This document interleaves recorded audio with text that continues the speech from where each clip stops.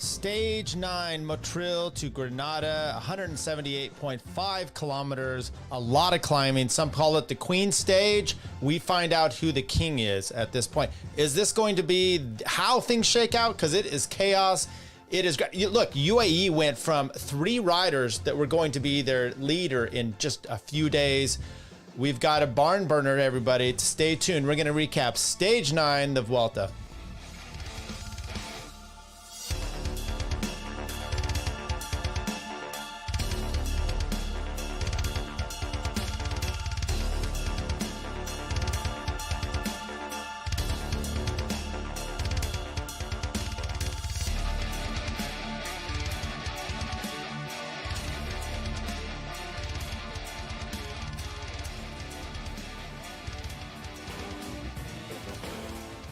Between Two Wheels podcast. This is Tyler Yonke. I think it's episode 370.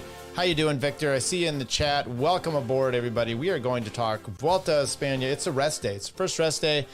I hope your weekend was good. Sorry I didn't do a recap yesterday, but work, kids, yard work. I don't know. We had stuff going on. 178.5 kilometers. Stage 9 was 3 big passes. Cat 1. They hit the Hazalanas twice, and we'll talk about that. It was an interesting day. Look, a lot of heat, right? Maybe I'll look at some pictures here that we had for the Vuelta. Here we go. Some of these pictures of the first. This is on Escape Collective. It's a lot of water bottles and water being dumped over. Wout Werner gets a stage win. Remember, Sepp Kuss did a lot of work for him. He raced against Caden Groves. People are collapsing, wearing ice vests. But look at that.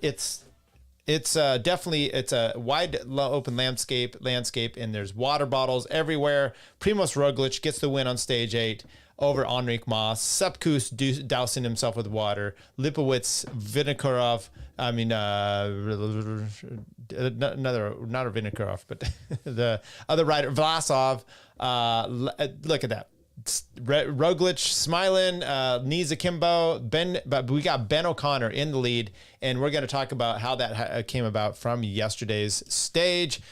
So look, I'm a Sepp Boy fan, so we talk about him a bit coming into this, and I've broken down where I'm like the gaps at the finish just aren't quite what you'd think. Look, you come into that first, stage 4 steep climb. This team didn't get him in the front. And he had to close gaps that other riders didn't have to do, and he lost 28 seconds. You come into stage 8 and he gets in a wreck. He loses a minute, but he wrecks at the bottom when everything hit the fan. He had to go back up. He made a huge. If you watch that, there's the main group with Roglic. Then there's a gap. There's some other riders, Christian Rodriguez, who I kept thinking it was him, but wasn't. Then there's another gap way back to Sepp. He closes that down, maybe a minute that he had to close down, and then he lost a minute.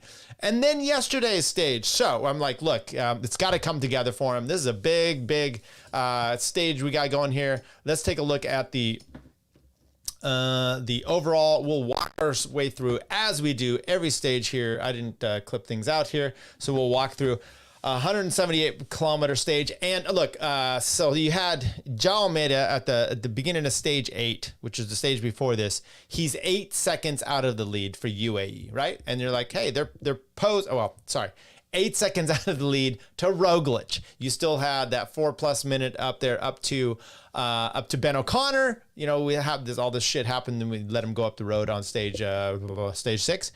Then they come into this stage 8, and Almeida gets sick, falls back, COVID.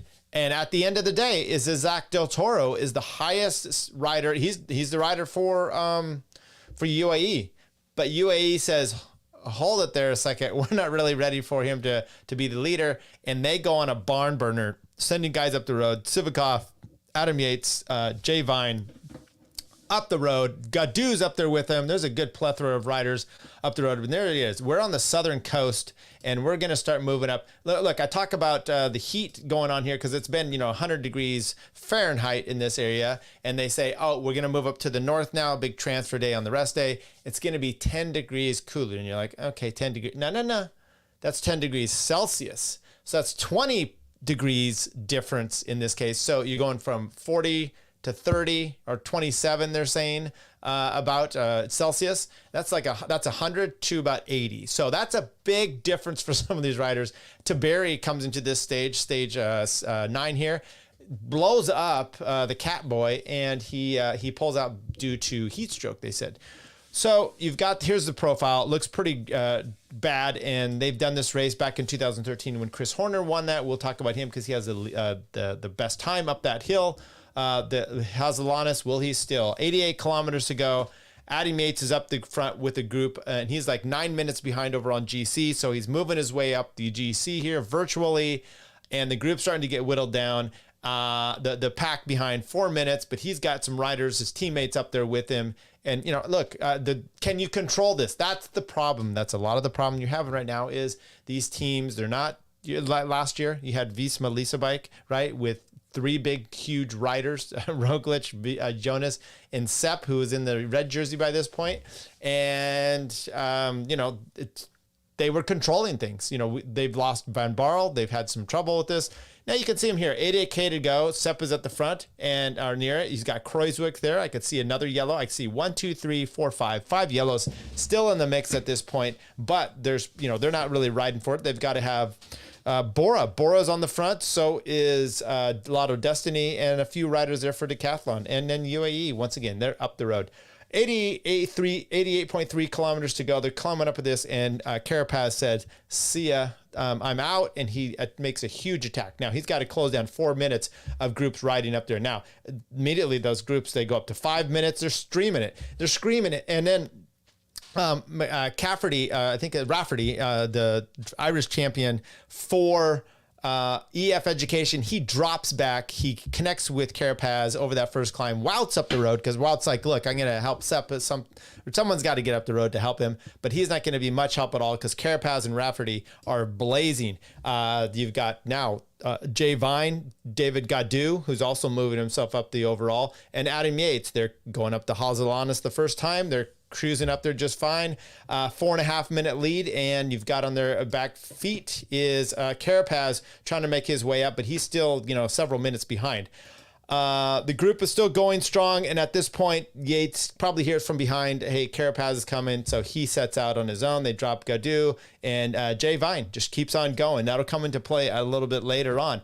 Carapaz pulls on with a Kern rider here, going over the top, and he's around 2.5 minutes, I think, behind Yates. He's really pulling hard. There's a big crowd out there. This is the first time they're going to see them coming up and over this climb, and then they're going to watch them coming over again. But the main group behind, they've still got a decent-sized group to go, going to be 48 kilometers. Look, they come around, they do another lap of this, and then they have about 20K downhill to the finish. And as you can see here, we'll see it a little bit more maybe the next time. There's flags. You can't see them in this one. There's flags, though. There's pretty good wind coming up and over the top of this climb. As you can see, it's above tree level, not much there. Carapaz, he's flying around trying to catch Adam Yates. I'll just give you some hints. He doesn't do it. But Carapaz does end up getting rid of David Gaudu. He goes through him, goes through Jay Vine, and he continues his way on up. Meanwhile, Adam Yates pouring water over his head, dumping it all over himself, and keeping the pace on nice and hard. Carapaz, not going to catch him, but does a great job. We saw this in the Tour. We saw it back in the Giro when he won that. He was able to make a big escape, climbs up into the lead. They're like, no big deal. Hey, who are you? And then he's like, I'm Carapaz. Watch me win, and watch me win an Olympic championship. And then watch me win stages at the Tour de France and the Vuelta. So you got to be very careful for him. We saw this at the Tour. He started out, got the yellow jersey, dropped back, didn't have such a good time, and then he decided to go for stages, and he started lighting it up and did win a stage. Adam Yates, there's some gaps there, but he's going over the top. He's able to come down to the now. I should probably back up here a little bit because coming up this climb, there's significant things that happen. And I just went right through them, but so is this thing here, kind of missing it.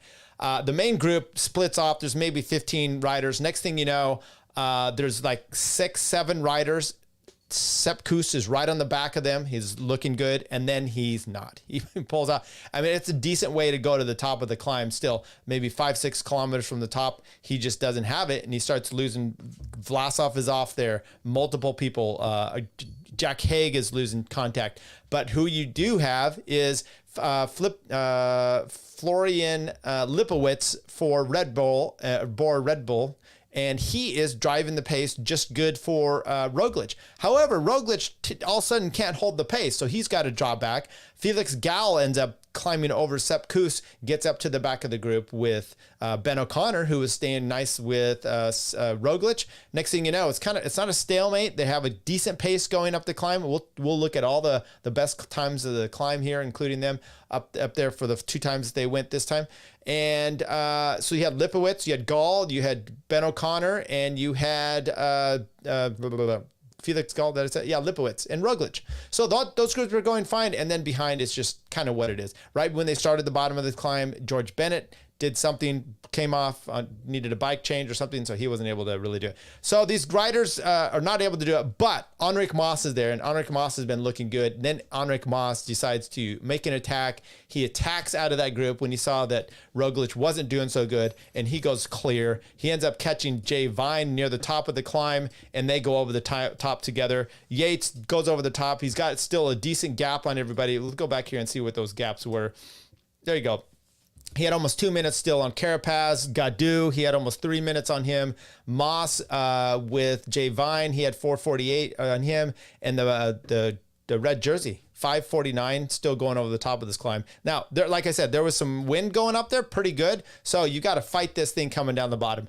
Coming around a corner, Enric Mas with Jay Vine comes around the corner, high sides himself, is able to come. We'll play a video of it here. Crazy, catches himself, goes off the side of the road. There was just happened to be a little pull-out area there. He does drop his chain. He gets back on, connect with Jay Vine, and they go down. Meanwhile, Adam Yates, no problem. He gets the win, kisses the ring. That's where he got married at Alhambra there in Granada. Carapaz not doing anything other than sprinting for the win. He's definitely going for general classification. He's doing everything he can to get to the finish line and make the biggest gaps he can possible. Meanwhile, the next group is coming in. So there's 3 bonus places, first, second, and third. And the third is still up for grabs. Lipowitz is driving it in here to try to catch, get it for Roglic, who's wearing the King of the Mountains jersey. Oddly, it's not very good look. But in the end, Ben O'Connor is able to outsprint everybody, throws his bike at the line, gets it over Landa, who was able to be up there. Rodriguez was up there as well. Like I said, Moss. Oh, so they caught Moss. This group caught Moss, and they caught Jay Vine coming down. So he had a minute on, he being Enric Mas had a minute over Roglic going over the top of this climb, but they nullified it. So they brought him back, and he definitely does look some of the best. There you go. Yates, Carapaz, Ben O'Connor coming in 1, 2, and 3. Landa in there, Lipowitz, Sivakov, Roglic, Rodriguez, Roglic, Gaudu, Mas. And I think Jay Vine was up there as well, because that definitely was him with the Enric Mas group when he tried almost high-sided himself. Classifications, that's the stage. Ben O'Connor, Roglic, 3:53, lost 4 seconds. Carapaz at 4:35, he moves up big time. Enric Mas, stalemate, 4:35, loses. Remember, all these guys are losing 4 seconds to Ben O'Connor. Landa, Lipowitz, Yates, Felix Gall, Carlos Rodriguez for Ineos, and David Gaudu launches himself up the podium as well. 6:32, and then we're going to have stage 10 coming tomorrow. Today was a rest day. Stage 10. Look, Cat 1, Cat 3, a 2, and a Cat 1, and then some downhill, like 20 kilometers with a little pitch before they hit the last 10.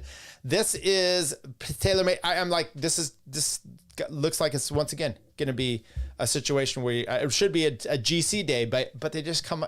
I don't know. It's a breakaway. I say breakaway day. Okay, let's really hope for that. What I did want to get to, I wanted to present. Let's see if we could do this video. Moss, I can't do that. Nope. Oh, I know where I have it. I think I have it on Twitter.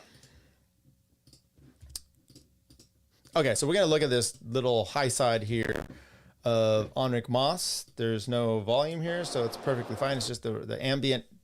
Comes around this corner, looks good. I don't know what it is. Dips around. We don't see. He said he hit a gust of wind, got him, and then look at that. The wheel kind of twists, and he goes airborne, but he lands it, pops out, and Vine is just like, what just happened? And so he was able to pull that thing out. A most amazing thing, because that would have, And it's just like, I don't know if this divine intervention, is there another shot of it? Divine intervention here, that when he goes high side, there just happens to be this area that he can pull out, this little dirt section, gravel, that he didn't have to bang into the barriers there, which would have been much worse and maybe ruined his race. Definitely not, if not for the day, for the year. Red Bull Bora, thank you. I know it's all of those at some point. I mix them in there, right? So let's talk about some of the ride of the race here. These are times up the climb, the Hazalanis. There you go. So you look back here, 2023, Chris Horner, he still has the fastest time up there recorded, 23 minutes, 15 seconds. He put almost a minute on Nibali that day, and then definitely a minute and 2 seconds on Valverde, Basso, Joaquin Rodriguez, and Pinot. In 2015, Contador, still 15 seconds slower than Horner at 23:31, Froome 23:50, and Bardet at 25:10. So those guys, interesting times there. 2017, Bardet as a 25:28, Adam Yates, Kruijswijk, all at the same time. Kruijswijk definitely did not do that up there this time. Sander Army, I think is at 25:41, and they're the third fastest time, and then the peloton at 27:20. 2019, Simon Yates this time, because Adam Yates went over there in 25:28 in 2017. Simon Yates this time at 24:39, Izagiri, Fulsang, Kruijswijk, Adam Yates, Higuita at 25:25. Once again, Kruijswijk, not this time. 2022, Evenepoel. It's interesting that he put Superman Lopez instead of anyway. He's disgraced. Evenepoel at 24:25. Superman, Enric Mas, Connor, Roglic, all at 24:25. Arnsman at 26:16. And then this year we have, and I just want to do those just for kind of, because we're in the same realm here. But Adam Yates, the first time over, puts up a 25:51, exact same time as Carapaz at 24:51, and then Carapaz puts on a 24:51 as well. And the GC, I mean, that's a 25:58. We're doing, other riders have done, in 2017, they went and, there's 25:28. I mean, so the 25 time isn't necessarily paltry, okay, for the GC group over the first time. Now, here's where we get interesting. Enric Mas coming up the second time, when he puts a minute into the other guys, he goes a minute faster. Actually, it's just 4 seconds slower than a minute faster. 23:36, and it was Horner's time at 23:15. 23:31 for Contador. So that's what the third fastest time you've recorded up this, a 23:36. Lipowitz, O'Connor, Roglic, Landis, Sigvakov, Carlos Rodriguez, and Gall all do it in a 24:30. Okay, that's an important number. And then 25:03, Carapaz. Remember, he was in between Adam Yates, and Yates is down there at 25:42. So a little bit slower, but he was been up the front for quite some time with a good lead. And I just wanted to kind of put it into comparison. The 24:30, 24:30, not the best in 2013. It would have been up top 3 in 15. It would have been the fastest in 2017. 24:30. It would have been close in 2019. Fast, not as fast as they did in 2022. Now, what I want to put here, Sepp Kuss was 25:05. So he loses connection with the group with quite a bit of climbing left to go. He was saying at the bottom, he's like, hey, look, I actually didn't feel that great. Legs came around, and I think I really minimized the damage. And I'm like, what? You lost like a minute or 2 minutes today. We'll look at the exact amount of time you did live. But here's the key, which is he only lost 30 seconds to the main group. So he was 30 seconds back at the top of the climb with Skilmos, okay? The problem is, like I said, there was wind, and with the wind involved, they battered and beat themselves trying to go down the other side, and that's the problem. So Sepp Kuss loses basically all this time going down because of the, there we go, 5:35 to Adam Yates, but really what we want to look at is GC, and then go time one lost. Here we go. Sepp Kuss, 1:54. So he basically loses a minute and a half on the descent. Now remember, Enric Mas, now he had a little side thing there, but it wasn't enough to derail everything. He got a minute brought back on him going down that climb, down the descent. So it's wide open, it's windy. There's only, there's only Enric Mas and Jay Vine. Jay Vine's like, I'm not really chasing. So that's an easy understand, how they caught him. But you had Sepp Kuss and Skilmo, and those are two little guys. I understand. This is, once again, you didn't have Kreuzwick, which we just talked about. It did a good time going over the top with you to pull. I was listening to Escape Collective's. That's how the race was won this morning, and Cosmo Catalano's like, that Visma team, they've been looking really strong, and I'm like, where are you? Where am I? I see it as really strong as not getting 2-stage wins by Wout. I say really strong is being able to go over. You had Felix. You had Decathlon, 2 riders going over the top right together, right? Roglic had Lipowitz with him. UAE had Sivakov, Jay Vine, and Adam Yates in that top. Adam Yates is up there, but they all went over the top. Much. One rider with you, Sepp Kuss, and you don't lose 2 minutes. Matter of fact, maybe you pull back 30 seconds. Look what we saw with Jonas at the Tour de France this year, not having any riders, losing microseconds that turns into minutes on the descents. That's the bummer. That's the problem. And unfortunately, that's just one more situation that we have with Sepp Kuss. Okay, so are we going to see him make a revival? I don't know. At this point, I was sitting on the couch watching this thing, literally on the couch. I know Chris Horner calls it the Chesterfield, but it's just a couch here at our house. And I was like, his tour's over. I mean, it's done. But is it? We're only so many crazy things have happened. Maybe there's still something else. They just let Adam Yates come back into it. Once again, before we go here, I should go back to the results. Let's go to stage 9. Let's do this.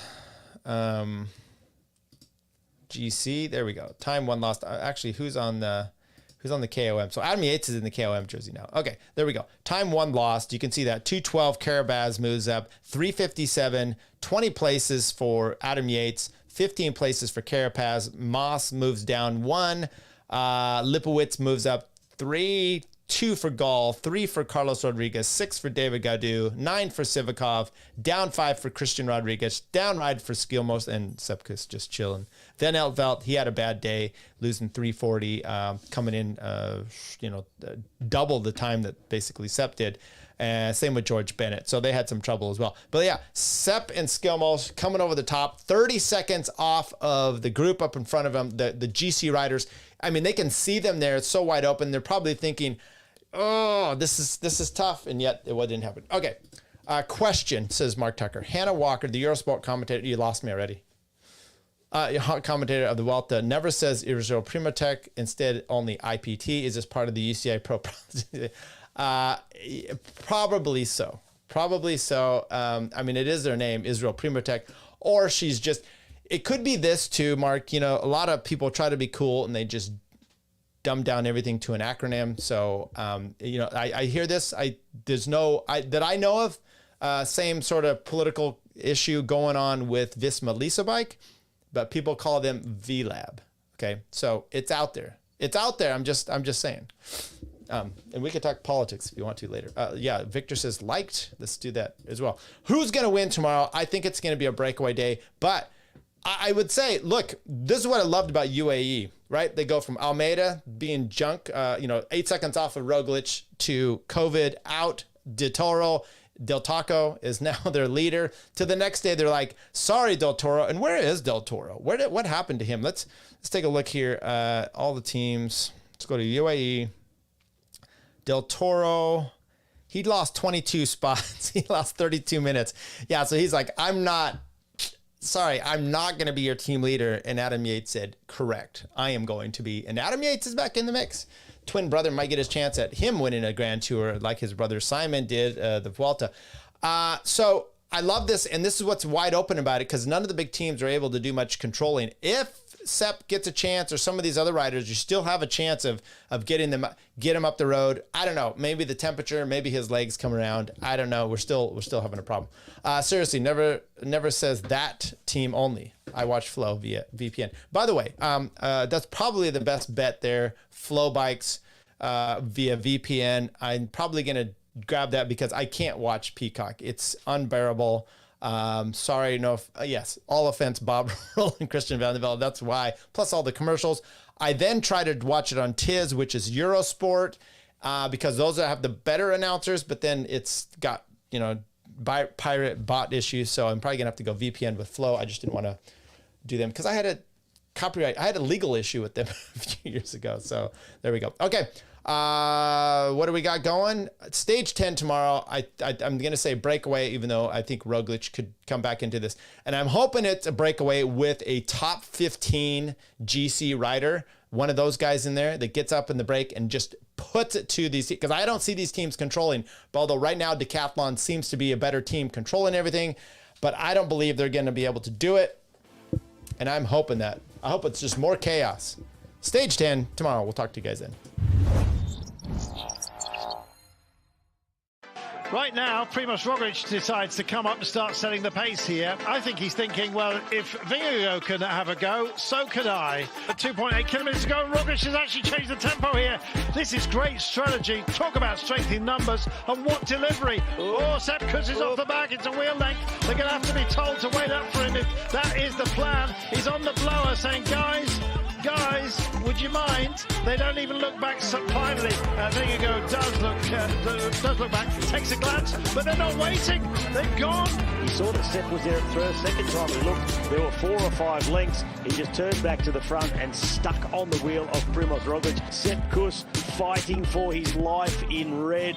Primož Roglic just keeps pushing out the tempo. Alanda comes back to the wheel of Sepp Kuss, who is flailing. And Sepp Kuss is seeing it slip away. 21 seconds. The gap to Roglic and Vingegaard. Kuss here. The gap's actually come down. Landa's closing it on behalf of Kuss. This is amazing. They are coming back into it. It's Landa that's wrestling for this one. Into the hoarded sections. There's the Flamme Rouge finally. So Landa still sticks it to the mountain here. Sepp Kuss is actually rolling here, trying to hold on to Landa, who's on spectacular form at the moment. Gets the roar from the crowd, and it's about 3/4 of bike length, but it comes back into that gap. This is the finale for them. They zigzag through here, the road snakes, and they've bitten everybody. Wow, this is great. Now watch the clock as it starts to count. 3, 4, 5, and here comes Sepp Kuss. He's now got to sprint home to hold on to this jersey. Maybe he knows him. We all know about Sepp Kuss. Oh, I think he might well have just held on to it with those bonus seconds. That is absolutely remarkable.